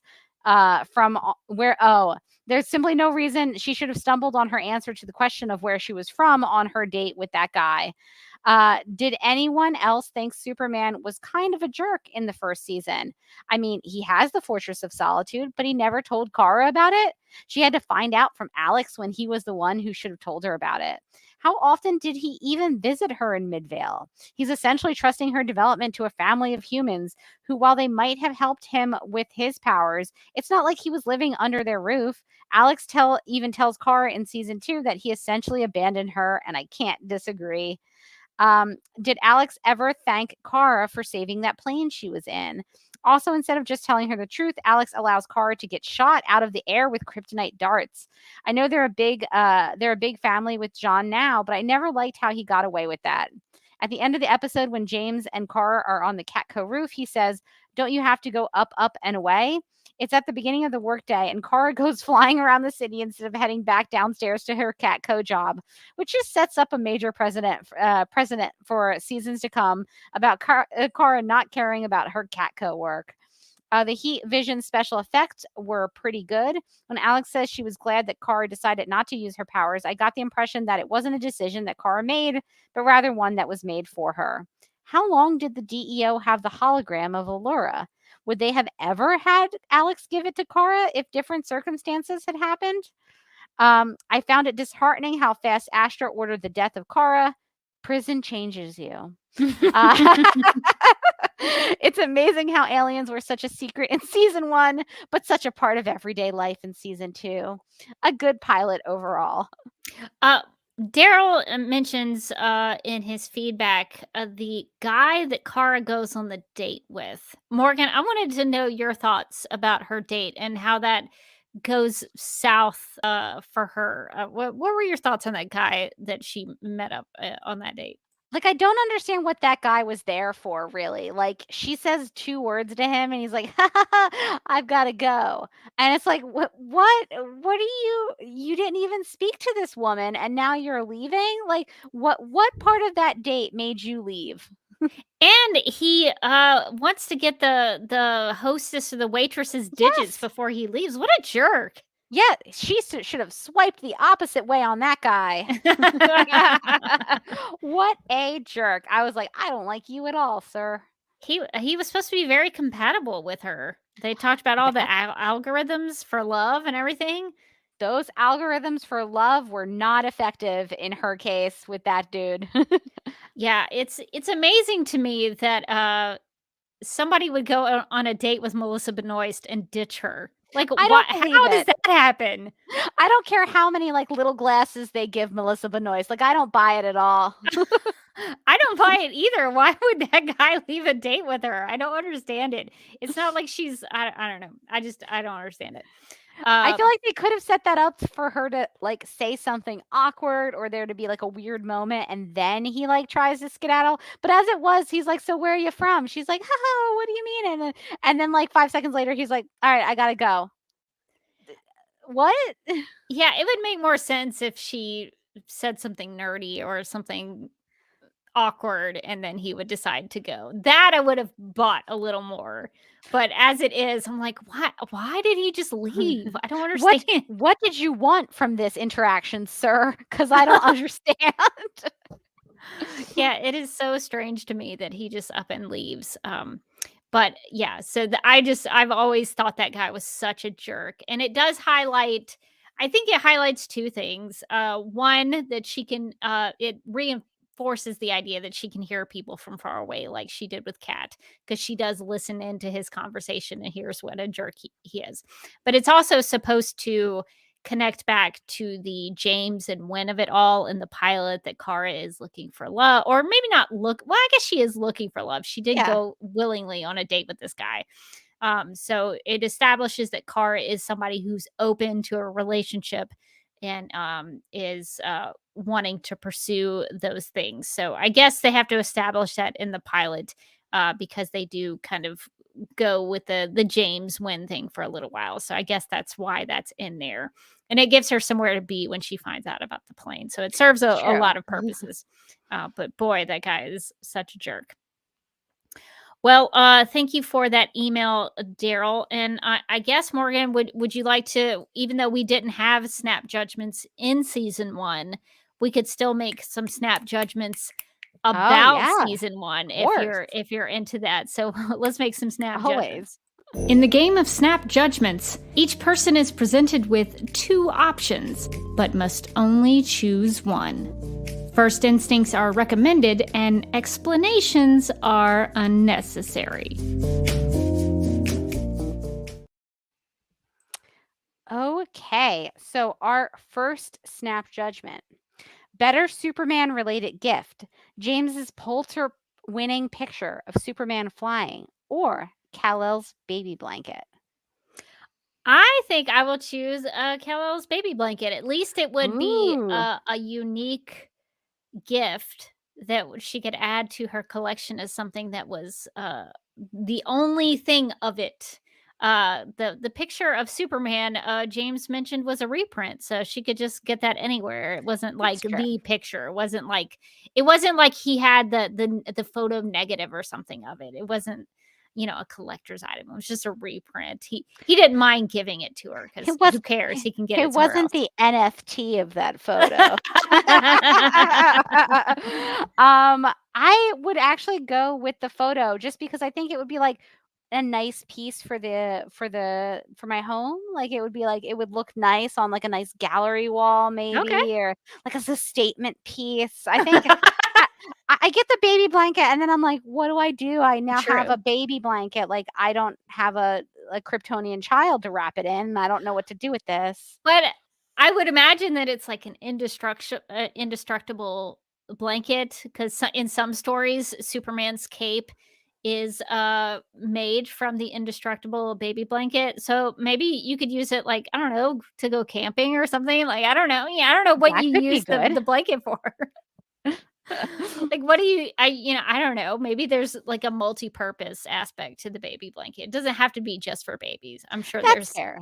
sure there's a reason that you can use it for something. You can figure something out with that baby blanket. But I don't think as a fan, like if I was a Superman fan in this universe, like I was a big fan of Superman and I got that, I'd be like, I'm gonna like frame that or something. I'm not gonna do anything to harm it. This isn't even original. Jeez, James.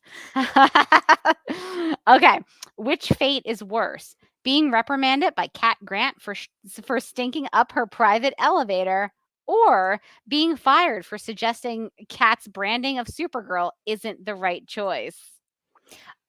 I would not want to be the person who stunk up the elevator. That's embarrassing. I think That's gonna be a that's little the worst mortifying. fate. Yeah. You know, I probably would want to keep my job though.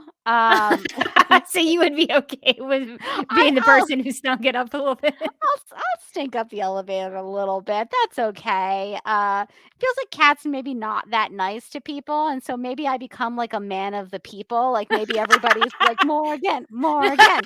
And you know, outside it when Cat like walks around a corner, everybody's like, "Good job, Stuck it to the man. you did it."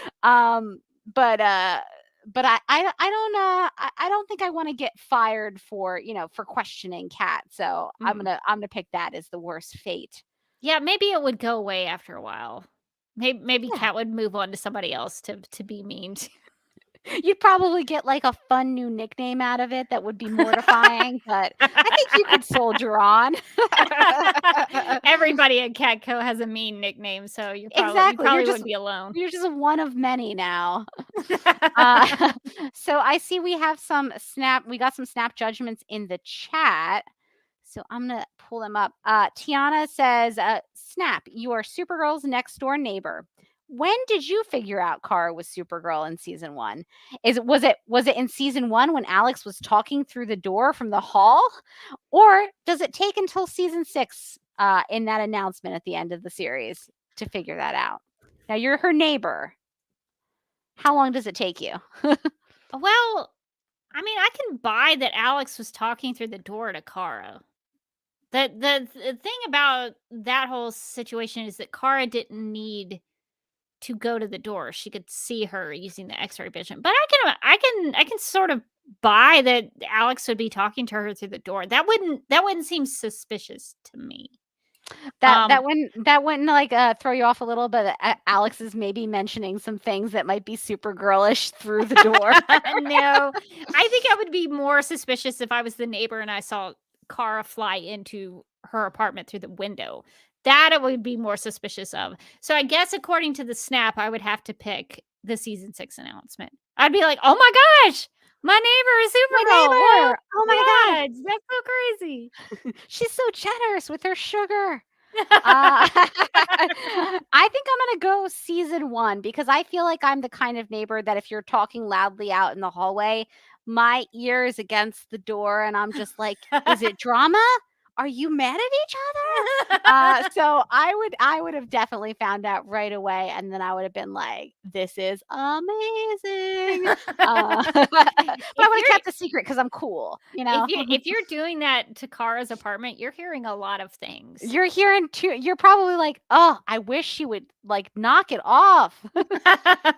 You're hearing all those fights with Eliza, and you're probably hearing stuff with Mon-El that you don't want to hear. That Like, you maybe don't want to hear. Yeah. Yeah. You know what? Honestly, based on my upstairs neighbor, she might be Supergirl because there's so many things are thrown on the ground at all hours of the day and night. So, you know, maybe I have an exciting news story happening right above me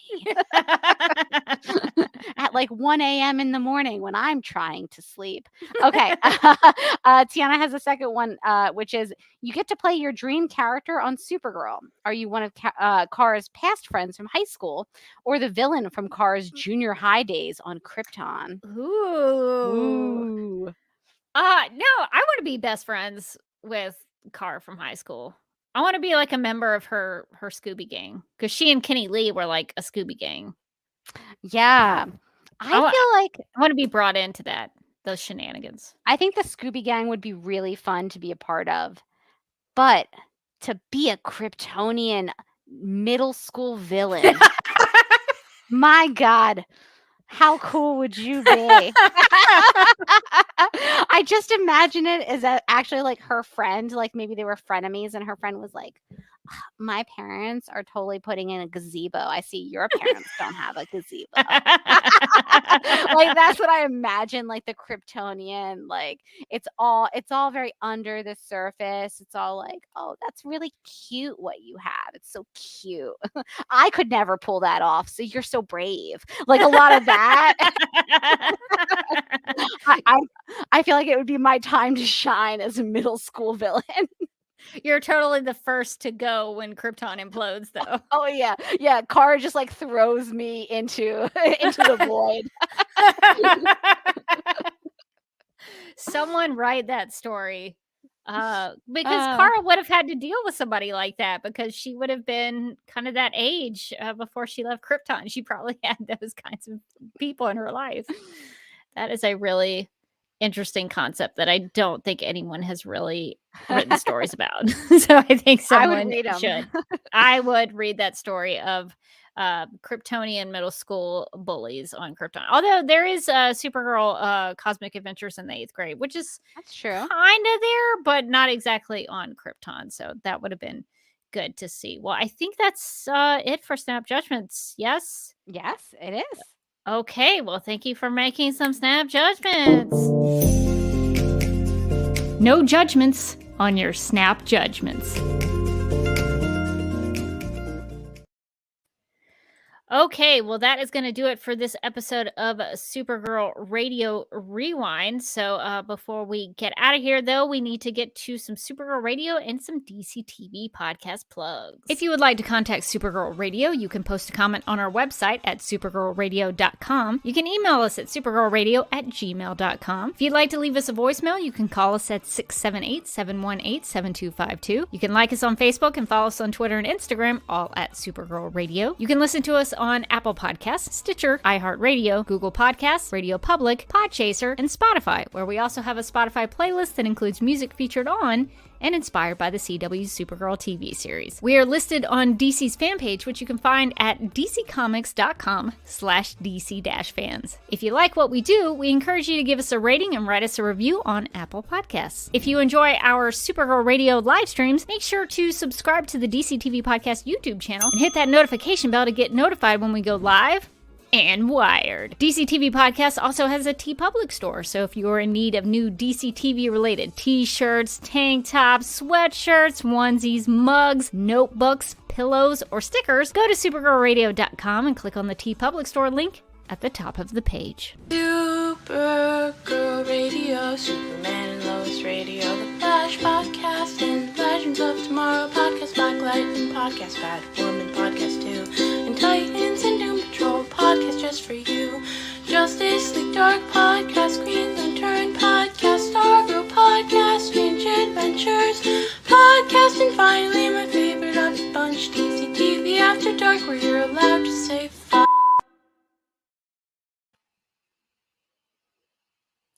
And since we were reintroduced to Catco this week, we have some Catco designs in the DC TV Podcast TeePublic store.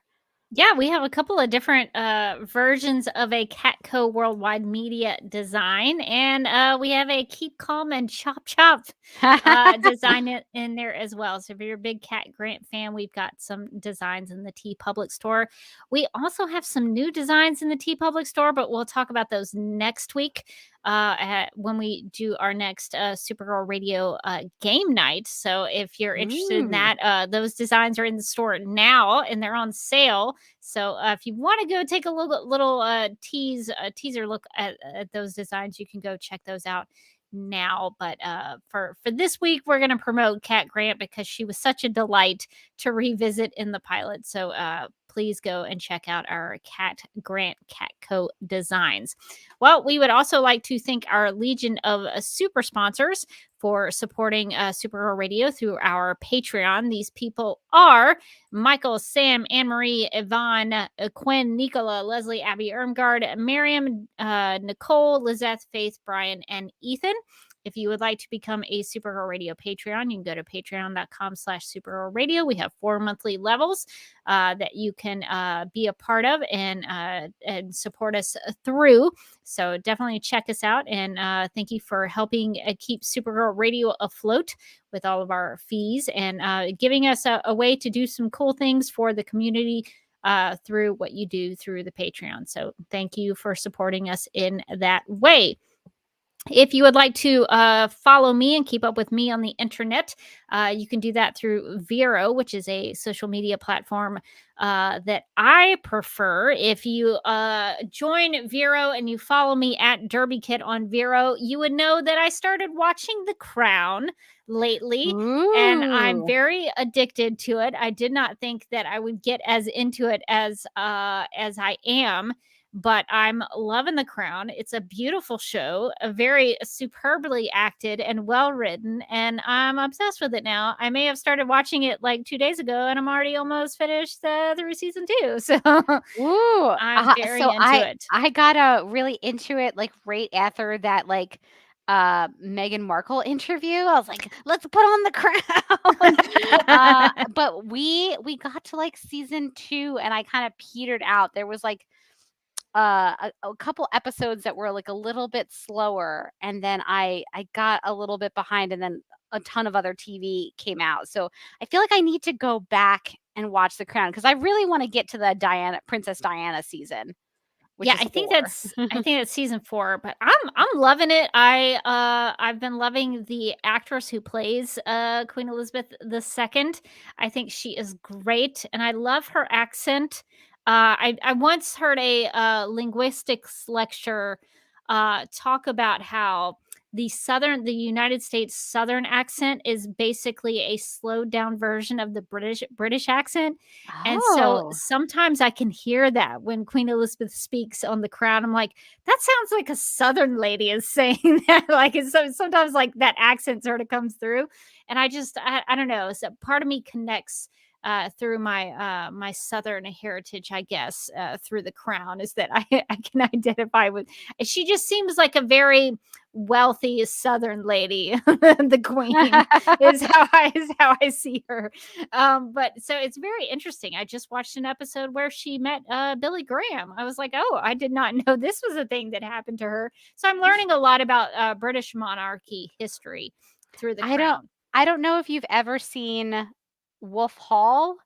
Mm-mm. It's like a BBC show. It's all about the Tudors and like Henry VIII and the actress who is in The Crown plays Anne Boleyn in that. Sorry, played who? She plays Anne Boleyn in that Oh, miniseries. I think it's like 3 episodes or something like that. It's wonderfully like the acting in it is fantastic. Yes, I'm loving the actors in the show, and I know that Helena Bonham Carter shows up at some point playing I'm excited. Princess Margaret, and so that's very exciting because she also played. Didn't she also play Queen Elizabeth II's her mother? Yes, in you're the right. in the She King's did. Speech. In the King's Speech, she did. Yeah. So there's a lot of like these famous British actors playing members of different members of the royal family.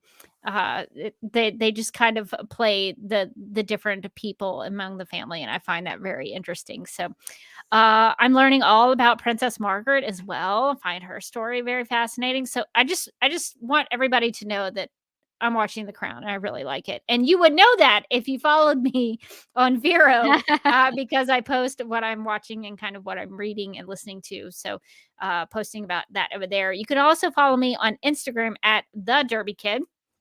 Post the occasional picture and Instagram reel over there if you're interested. I'm also on YouTube with a personal YouTube channel that I have called Duck Milk Prod. So that's youtube.com/duckmilkprod.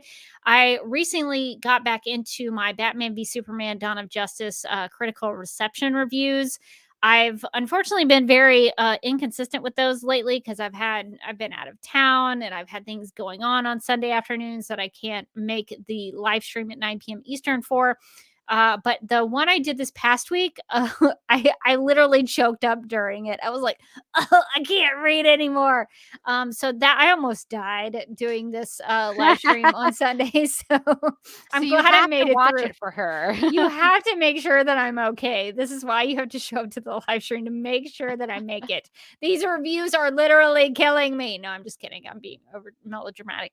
But yeah, so if you're interested in film criticism and art criticism, check me out on Sundays at 9 p.m. Eastern over at youtube.com/duckmilkprod. And you can find me on Twitter and Instagram. I'm at Mojotastic. And you can also find me on the Legends of Tomorrow podcast, where we just recorded our season 7 wrap-up episode. We graded on the Harry Potter OWL rating system. So we've rated all of season 7. So if you're wondering what we thought about the season overall, you should check that out. We also have a fan feedback episode coming up in a week or so, and we would love it if you would send us what you thought about season 7. You can be a little bit more wordy than usual. You can email that to thelegendspodcast@gmail.com, or you can tweet it to us at legends_podcast. And we are also still, as always, looking for Riverdale episodes to watch. Apparently, what our audience wants is for us to watch an episode of Riverdale the way that we've made Sarah watch episodes of Legends with no context and maybe a little buzzed. So we are doing our Riverdale March Madness, in which the craziest episodes of Riverdale come in, but only one can reign victorious. So please send us the craziest episodes of Riverdale that you can think of, that we would have no idea what's going on because none of us really watch Riverdale, and that would be funny for us to watch without any context. And we will crown one by the end of the month, and then we will watch it sometime in April. And then you can also find me on DC TV After Dark, a podcast that is back. That's the exciting news that I have, which is, if you've given up on DC TV After Dark, if you were like, man, it's been so long, they're never doing an episode of that podcast again. Well, the joke's on you, because guess what? We did. And this is why I say that the best way of knowing when there's a new episode in After Dark is really just to subscribe to the podcast, because we don't really know when the next episode is coming. We just kind of feel it in the air. The vibes change and we're like, it's time. People have been asking us about it. Like the bat signal was up in the air and it was like, please do another episode. And we were like, all right. And then like a year later, we were like, fine, let's do it. If you listen to it and you like it, you should send us an email at dctv@afterdark@gmail.com. And we are planning our next episode. But if you want to listen to our first episode in a very long time, we have Andy the Back from the Flash podcast on, and we ask him the important questions like, would you rather be a mermaid or a werewolf? We're going strong on this question. We've really like picked sides, and we've really settled in. We've dug in, and now I think it's becoming like an age-old feud. Speaking of feud, I have a bone to pick with DC TV After Dark, because you all said that I was on Team Mermaid, and I was not. I made it very clear based on my story of how I cried watching Being Human and watching two werewolves get married, that I'm firmly on Team Werewolf. I just want to clear that slander to my good name on DC TV After Dark. You are correct. I'm trying to get as many people onto my side as possible. You just assumed I was on your side. I was like, Rebecca's my co-host. Of course she's on my side. Of course she loves the water. So I'm very sorry. I want to apologize for the slander. Thank you. The mermaid slander. It won't happen again. Okay. But I do need more people to choose mermaid. And I'm gonna start campaigning for it pretty hard and pretty aggressively. So that's something also to look forward to on After Dark, is just me like slowly coming unhinged as nobody picks mermaid. I see Nicole left a comment in the chat that says, I learned on the last episode of DC TV After Dark is that Morgan would talk about ice dancing with me. And boy, would I have a lot of feelings about ice dancing. Tessa Moyer forever. Yes, I've got a lot of, apparently I was, when we recorded this, I was deep down into like an Olympics figure skating hole where I had like a lot of feelings. I had just listened to a whole podcast series about Tanya Harding. I was like ready. I don't think that my co-host or my guest was ready for what was happening, where they were like, what have you been into lately? And I was like, let me tell you about the history of figure skating scoring. And they're like, no, I don't want that. But what you can anticipate that Morgan's co-host and guest wanted to talk about was little old me. I was surprised. A lot of I was Rebecca surprised name how drop. much I came up into the conversation. Pleasantly surprised. So I was like, "Oh, they're talking about me." Then, like 10 minutes later, it's like, "Oh, they're talking about me again." And then, like 20 minutes later, All "Oh, good they're things. they're talking about me a third time. What is happening?" They're talking about me a third time, and they got my selection wrong.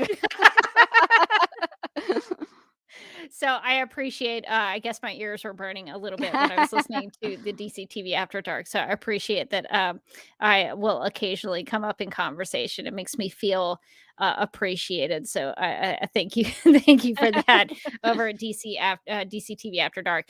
And speaking of, I wanted to make an overlay for this and I did not have time.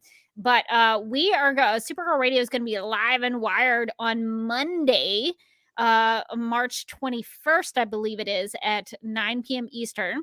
And we say this because we want people to show up for that live stream because the people in the chat are actually going to be really, really important. We are going to have our next Supergirl Radio game night. So please show up at either facebook.com/Supergirl Radio or youtube.com/DCTV Podcasts because we want to make this really competitive. And this is going to feature the legendary ladies and Sarah from DCTV After Dark, who are very excited about participating in our next game night. We are going to be doing a March Madness tournament bracket. So we need the listeners or the viewers to come to the live stream and give us names of characters. And then you're going to be able to vote after. So basically what we're going to do, try to sum it up real quick before we go. We're going to have a March Madness bracket. We're going to ask the listeners to give us names of characters from either Supergirl or the Arrowverse, and we're going to pit those characters up against each other in a bracket. And the panelists, the legendary ladies and Sarah, the Morgan Glennon podcast universe, they're going to debate it out and make their case for who would win that fight between two characters.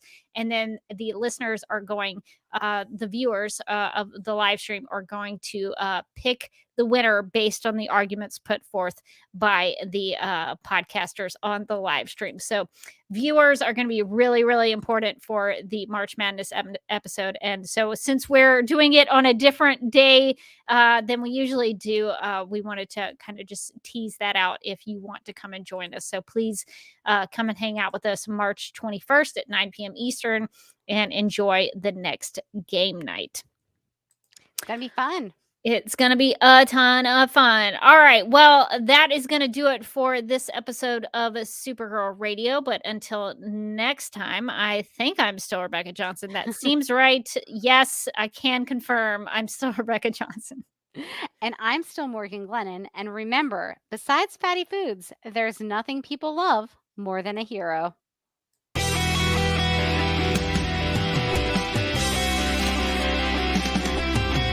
McGurk! I love Not typing. mess with my Google Docs, Meeksy. Supergirl Radio is going live every night of the week. How do you like it? Is becoming a human burrito a plus or a minus? I don't know. It does seem snug. I mean, they say you are what you eat. Kira.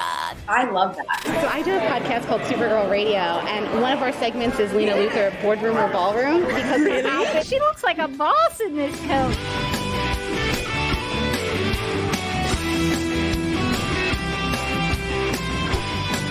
Nasty Luthor like a different Luthor? It's not just Lena being mean? No. Helen Slater here. So fun to know that you're hosting a podcast called Supergirl Radio. Yeah!